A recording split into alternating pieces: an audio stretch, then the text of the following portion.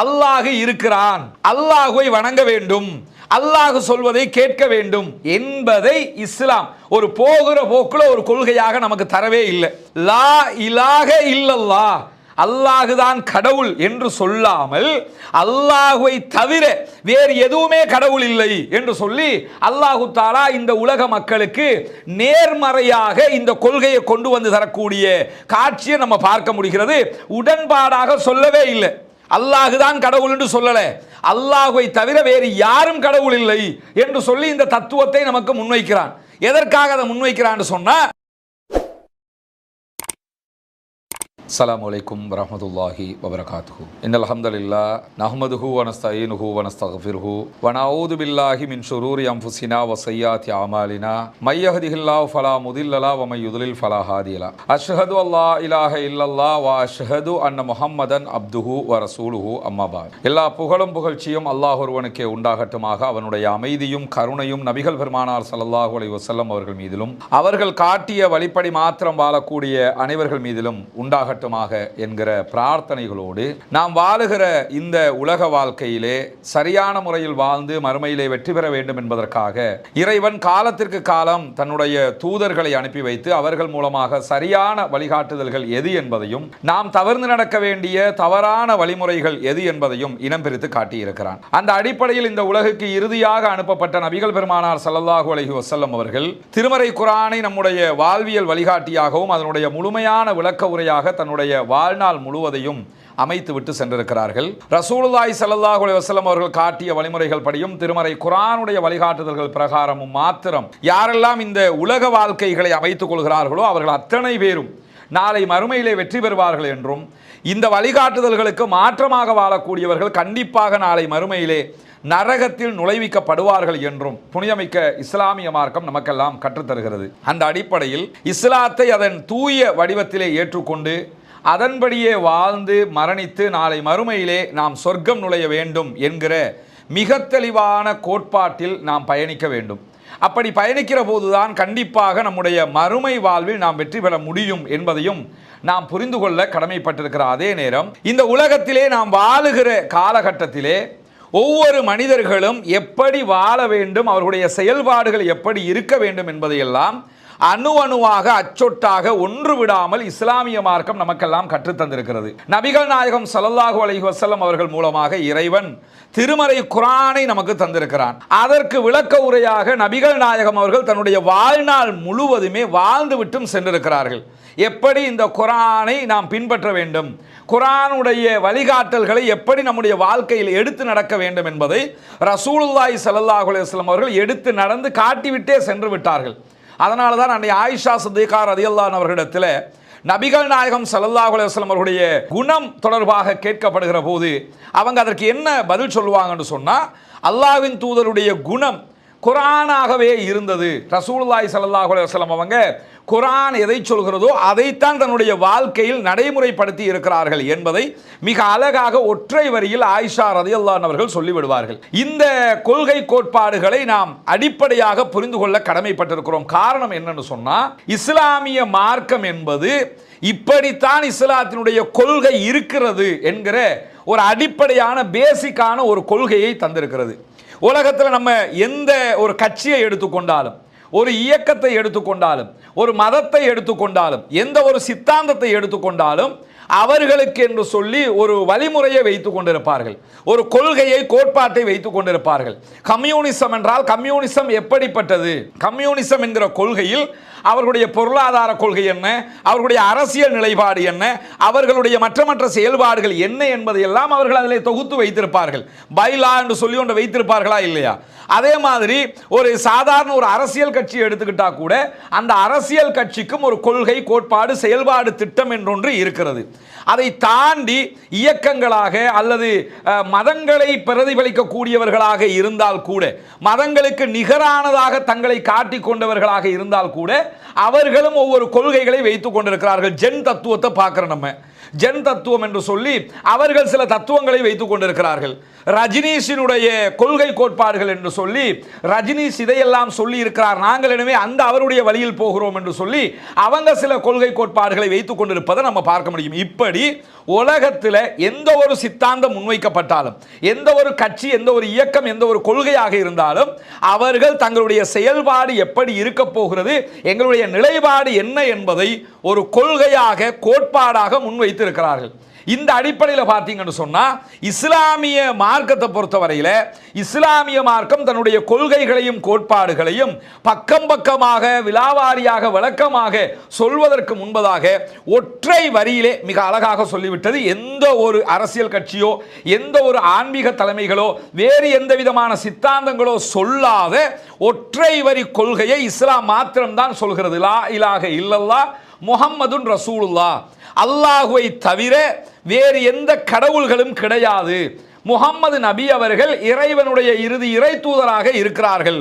இதுதான் இஸ்லாத்தினுடைய ஃபண்டமெண்டலிசம், அடிப்படை கொள்கையாக இருக்கிறது.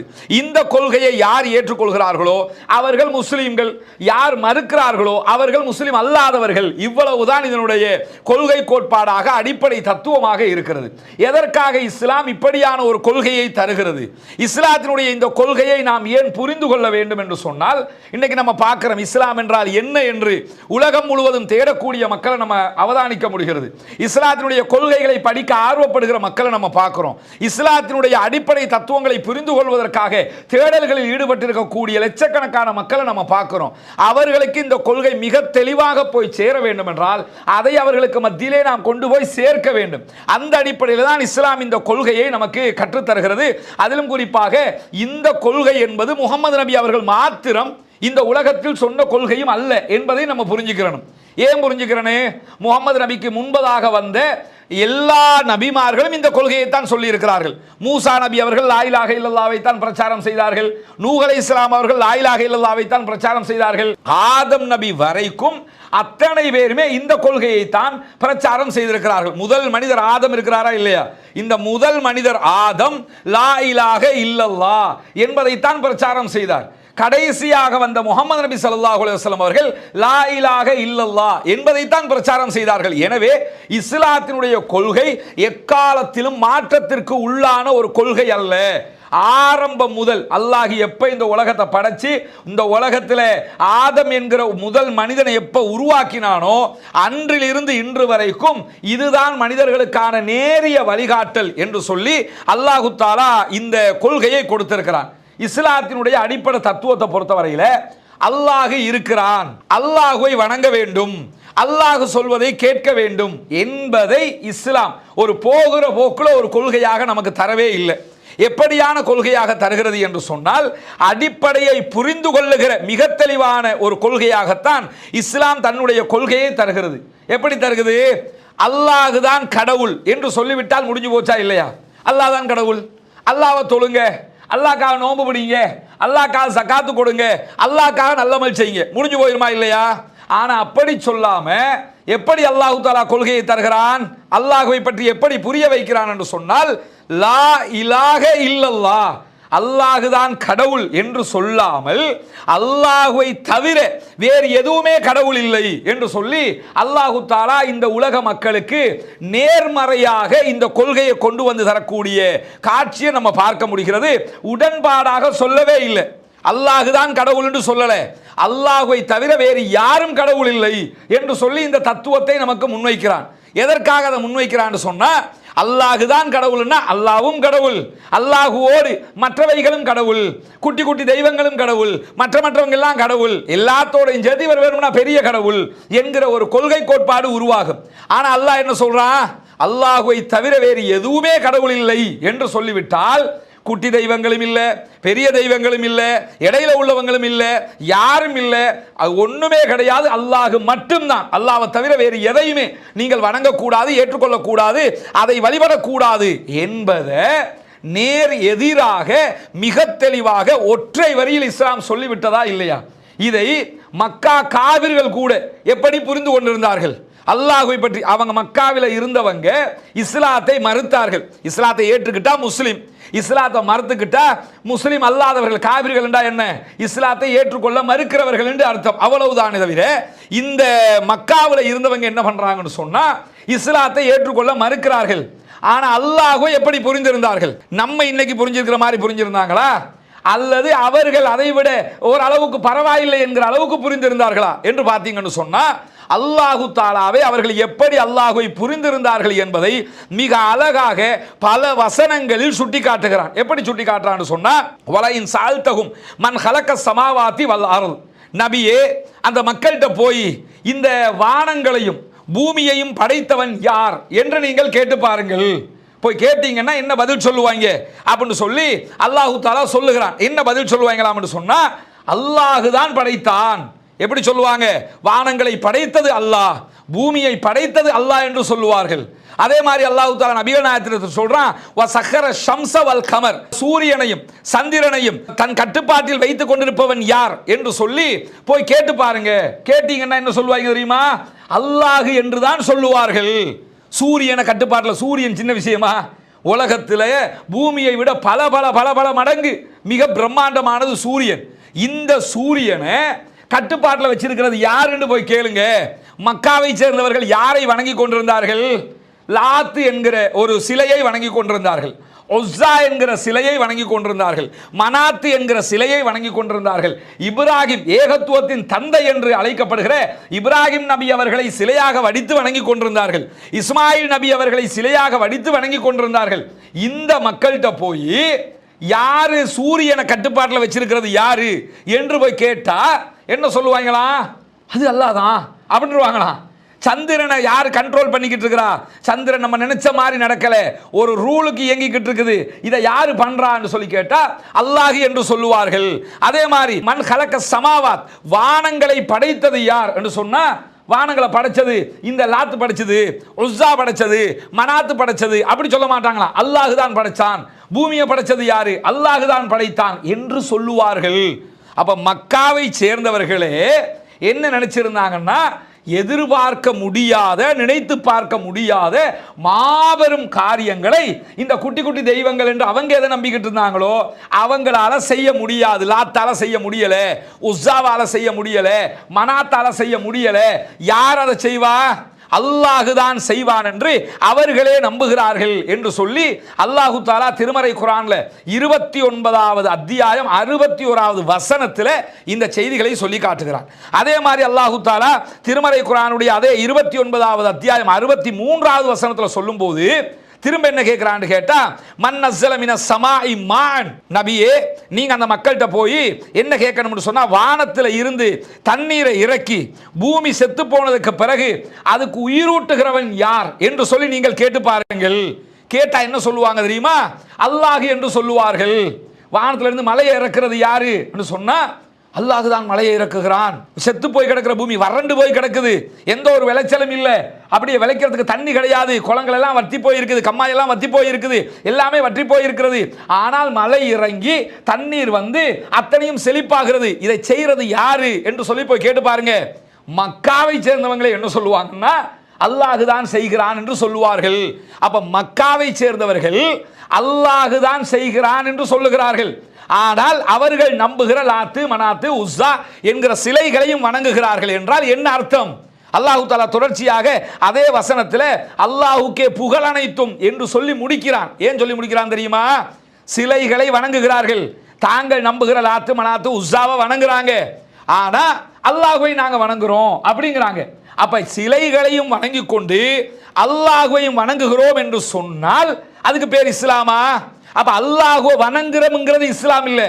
அல்லாஹ்வை மட்டும் வணங்குகிறோம், அல்லாஹ்வை தவிர வேறு யாரையும் வணங்க மாட்டோம், அல்லாஹ்விடத்தில் மட்டும் துஆ கேட்போம், அல்லாஹ் தவிர வேறு யாரிடத்திலும் துஆ கேட்க மாட்டோம், அல்லாஹ்விடத்தில் மட்டும் கையேந்துவோம், அல்லாஹ் தவிர வேறு யாரிடத்திலும் கையேந்த மாட்டோம். என்ன நடந்தால் இடறிப்பட்டு உள்ள போறோம், யா அல்லாஹ் என்று கூப்பிடணும், யா முஹையத்தீனே என்று கூப்பிடுகிற காட்சியை நம்ம பார்ப்போம். முஹையத்தீன் ஆண்டவர் வந்து காப்பாத்திடுவாரா? பேர் முஹையத்தீன் ஆண்டவர் ரெண்டு பேரை வச்சுக்கிட்டு இருக்கிறோமா இல்லையா? அவர் வந்து நம்மளை காப்பாத்திடுவாரா? உள்ள போறீங்களா, கையை பிடிச்சி உங்களை காப்பாத்திட்டேன் சொல்லுவாரா? சொல்ல முடியுமா? அந்த நம்பிக்கை இஸ்லாத்துக்குரியதாக அப்ப இருக்குமான்னா நிச்சயமாக இருக்காது. ஏன் இருக்காது?